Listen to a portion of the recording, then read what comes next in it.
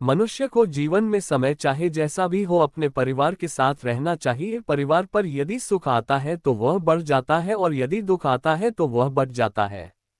मनुष्य को अपने कर्तव्य के पथ से कभी नहीं हटना चाहिए। यह मूर्खता है, क्योंकि इससे न तो तुम्हें स्वर्ग की प्राप्ति होगी और न ही तुम्हारी कीर्ति बढ़ेगी।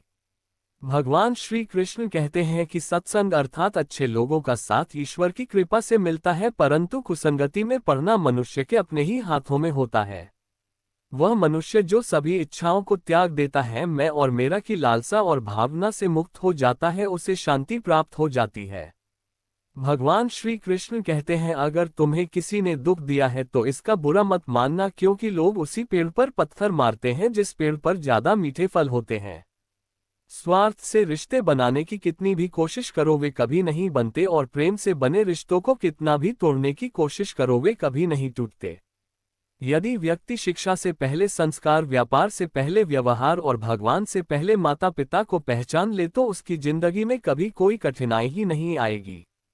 भगवान श्री कृष्ण कहते हैं कि मनुष्य को अपने मन को बार बार समझना चाहिए कि ईश्वर के अलावा उसका इस दुनिया में कोई नहीं है।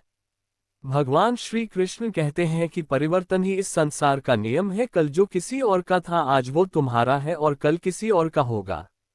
विषयों का चिंतन करने से, उनको याद करने से विषयों की आसक्ति पैदा होती है और आसक्ति से इच्छाएं उत्पन्न होती है। इच्छा से क्रोध पैदा होता है और क्रोध से सम्मोहन और अविवेक उत्पन्न होते हैं।